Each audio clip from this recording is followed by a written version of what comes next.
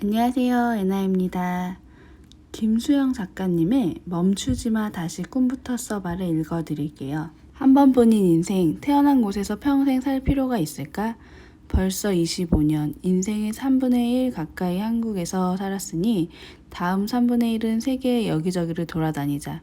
그리고 마지막 3분의 1은 내가 가장 사랑하는 곳에서 사는 거야. 이 멋진 세상 내가 있어야 할 곳은 어디일까? 파란 하늘과 호수 사이를 메우는 푸르른 숲, 알프스 산봉우리엔 하얀 눈이 덮여 있었고 그 아래로는 동화 속에서나 본 듯한 예쁜 집들이 여기저기 흩어져 있었다. 나른한 오후 호수에 보트를 띄워놓고 아버지는 낚시를 하고 어머니는 책을 읽고 아이들은 수영을 즐기고 있었다. 다른 보트에서는 노부부가 샴페인 잔을 부딪혔고 호수에서 수영을 하는 내 또래 젊은이들의 모습도 보였다. 2001년 대학 2학년 여름방학, 스위스에 사는 사촌 언니 집에 갈 기회가 생겼다. 어학연수차 유럽에 가는 조카의 보호자 겸 과외 선생님으로 스위스에 가기로 한 것이다.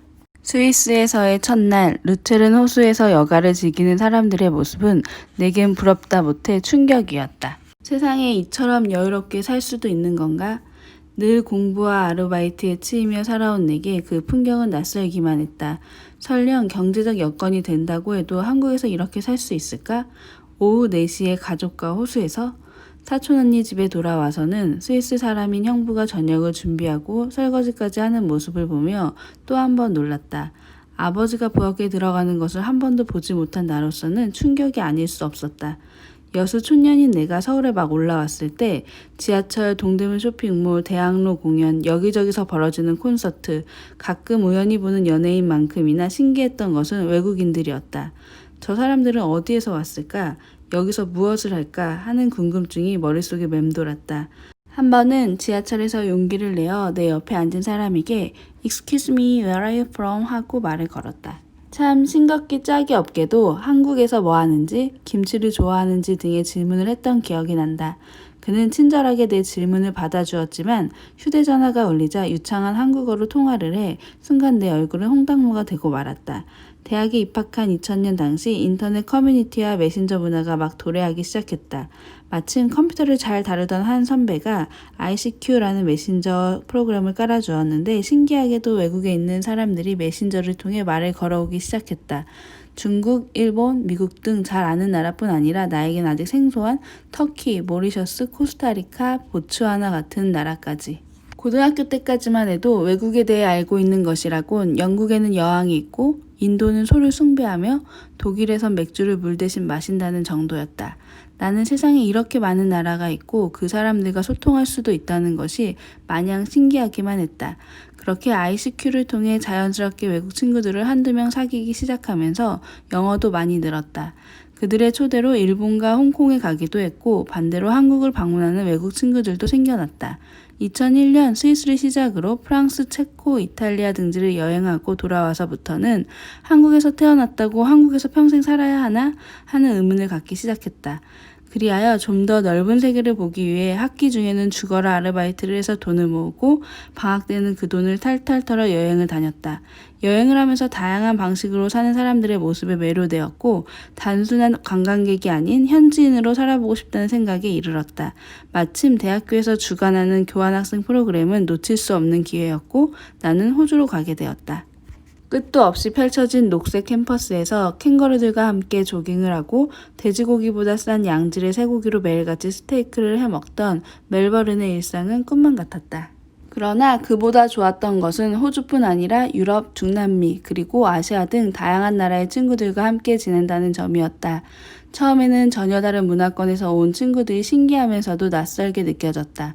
그러나 다들 타국에 와 있는 처지여서인지 금세 마음의 벽을 허물고 친해졌다. 살아온 배경, 문화, 가치관이 제각기인 사람들이 함께 어울리는 그곳에는 틀림은 없고 다름만 존재할 뿐이었다. 그 다름을 인정하고 존중하는 문화가 어느덧 내게도 숨쉬는 것처럼 편안해졌다. 교환학생 기간이 끝나면서 그간 정들었던 친구들과 헤어지는 것이 아쉬워 독일, 노르웨이, 프랑스, 이탈리아, 크로아티아, 멕시코, 칠레, 콜롬비아에서 온 친구 12명과 함께 케언즈에서 브리즈번까지 호주 동부해안을 일주했다. 그레이트 베리어 리프에서의 스쿠버 다이빙과 휘트 선데이 제도에서의 항해, 지프차를 타고 캠핑을 했던 프레이저 섬에서의 모험은 지금도 입가에 미소를 짓게 하는 꿈 같은 시간이었다. 호주 여행을 마치고는 내친 김에 뉴질랜드, 태국, 캄보디아, 베트남까지 여행했다. 뉴질랜드 킨스타운에서는 108m 계곡에서 뛰어내리고 산악 자전거를 타다 다치기도 했다. 캄보디아 프놈펜에서는 납치당할 뻔한 위기를 모면했고 베트남에서는 고산족인 몽족과 함께 생활하기도 하며 3개월간의 배낭여행을 마치고 한국에 돌아왔다. 까맣게 탄 피부에다 머리카락을 한 가닥 한 가닥 딴 콘로 헤어스타일의 겉모습만큼이나 생각도 많이 달라졌다. 까만 머리로 가득한 한국이 답답하게 느껴지면서 의문이 들기 시작했다. 세상에 빨간 머리, 금발머리, 레게머리도 있는데 평생 까만 머리로만 살 필요가 있을까? 한국에서 태어났다고 평생 한국에서 살아야 하는 걸까? 그러한 의문은 진로에 대한 고민으로 이어졌다. 이 세상의 변화를 전달하는 기자가 되고 싶다는 꿈 하나에 모든 걸 걸고 악착같이 공부해 대학에 들어왔고 2000년에는 최연소 인터넷 기자로 활동하던 동아일보에서 2000년 최고 인터넷 기사상을 받으며 실력도 인정받았다. 이대로라면 기자라는 내 꿈에 곧 도달할 수 있을 것 같았다. 하지만 더 큰 세계를 경험해보고 싶다는 또 다른 꿈이 생긴 이상 궤도수정이 필요했다. 기자가 되어 많은 사람들을 인터뷰하고 다니는 것도 좋지만 기자들이 인터뷰하고 싶은 사람이 되면 어떨까? 변화를 전달하는 사람이 아니라 변화를 만드는 사람이 되는 거야 라는 막연한 생각으로 기자의 꿈을 내려놓았다. 간디도 당신이 이 세상에서 원하는 변화 자체가 되십시오 라고 말하지 않았던가. 그러나 막상 무엇을 해야 할지 막막했다. 외교관? 그러면 외무고시를 봐야 하는데 세상으로 뛰쳐나가고 싶은 열망으로 가득한 내가 도서관에 틀어박혀 몇 년간 공부를 한다는 건 상상도 할 수 없었다.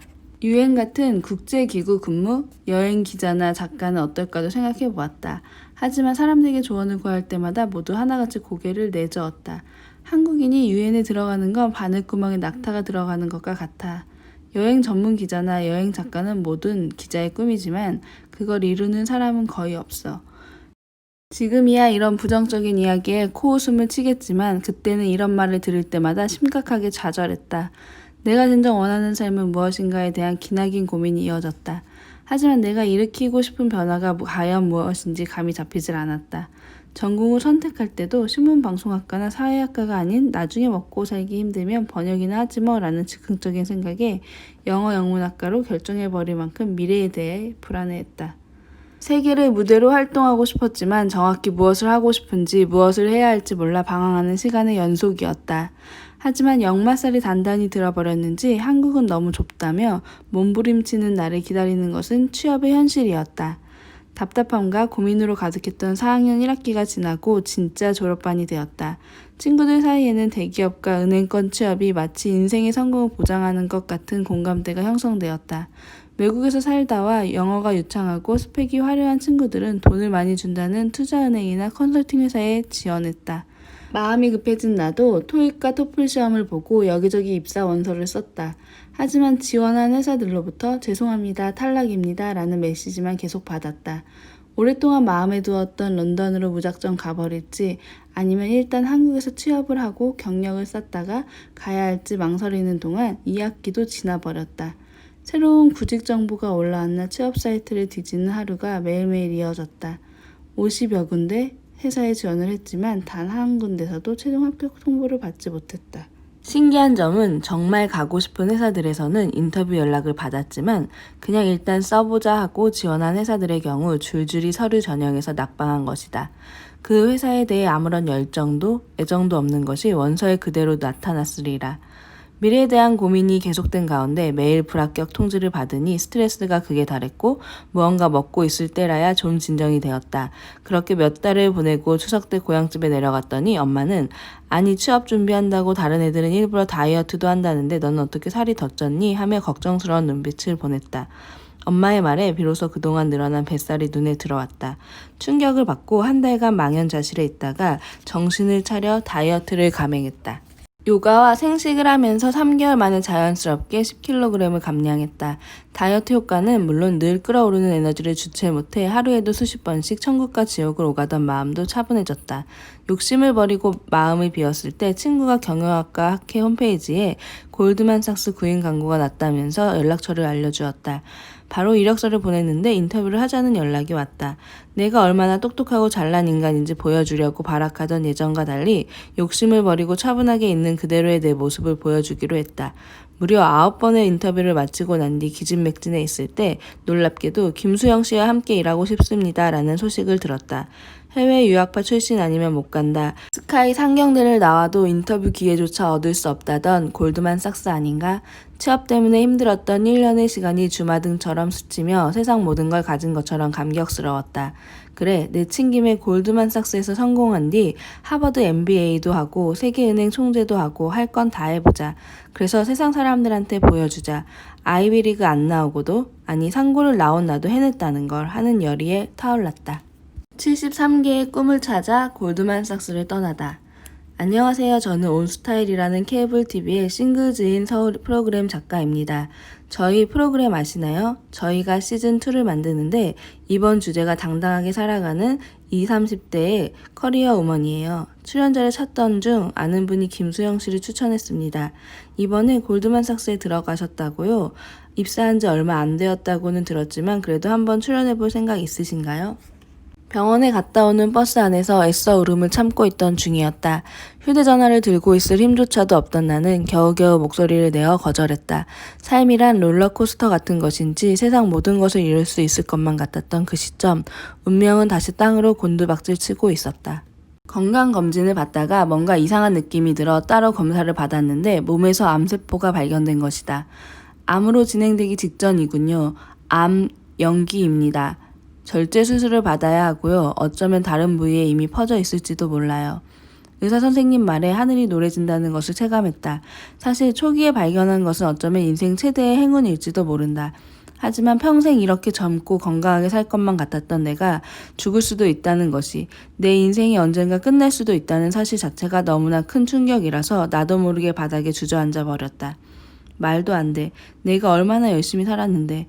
그래, 한때 나쁜 일도 많이 했지만 그래서 더 노력했고 가진 것 하나 없어도 나보다 더 힘든 사람들을 도와주려고 애썼어.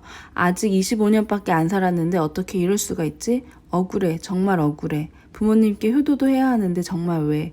TV 출연은커녕 애써 마음을 추스르고 출근을 했다. 겉으로는 웃고 있었지만 마음속으로는 엉엉 울었다. 일이 손에 잡히질 않았다. 주말에 수술을 잡는 것은 불가능했고 새파란 신입이 입사하자마자 휴가를 쓰는 것은 말도 안 돼 치과에 간다고 말하고 근무 중에 병원에 가서 수술을 받고 왔다. 돌아와서 마취가 채 깨지도 않은 상태로 일을 하다가 실수를 했는데 혼이 나면서도 제정신이 아니었고 눈이 감겨왔다. 수술은 성공적이었다. 그러나 정신적 후유증이 너무 컸다. 방황했던 중학교 시절에도 죽을 고비를 숱하게 넘겼지만 그때는 상황의 심각성을 몰랐고 잃을 것도 없어 두렵지 않았다. 하지만 이제 나는 아무것도 잃고 싶지 않았다. 한동안 건강 관련 서적을 독파했고 매일 암 환자용 식단으로 도시락을 싸서 다녔더니 아무것도 모르는 동료들은 나를 웰빙녀라고 불렀다. 하지만 죽음이 언제 다가올지 모른다는 걸 깨달으니 삶을 바라보는 태도는 완전히 바뀌었다. 오늘 하루가 어쩌면 인생의 마지막 날일 수도 있어. 미래의 성공을 추구하면서 정작 오늘 행복하지 않다면 그게 무슨 의미가 있을까? 어떻게 하면 매일매일 행복할 수 있을까? 짧다면 짧고 길다면 길었던 골드만삭스에서의 9개월은 한 번뿐인 인생을 어떻게 살아야 할 것인가에 대한 고민의 연속이었다. 매일매일 모니터 안에서는 수백억이 왔다 갔다 했지만 내게는 아무런 의미가 없었다. 멍하니 천장을 바라보면서 예전에 배낭여행을 하다가 흙먼지 나는 CM립을 덜컹거리며 달리던 픽업트럭 뒤 칸에서 떠오르는 태양을 바라보며 감격했던 기억을 떠올렸다. 불과 몇 달 전까지 품었던 지구별 유랑의 꿈이 다시 눈앞에 어른거렸다.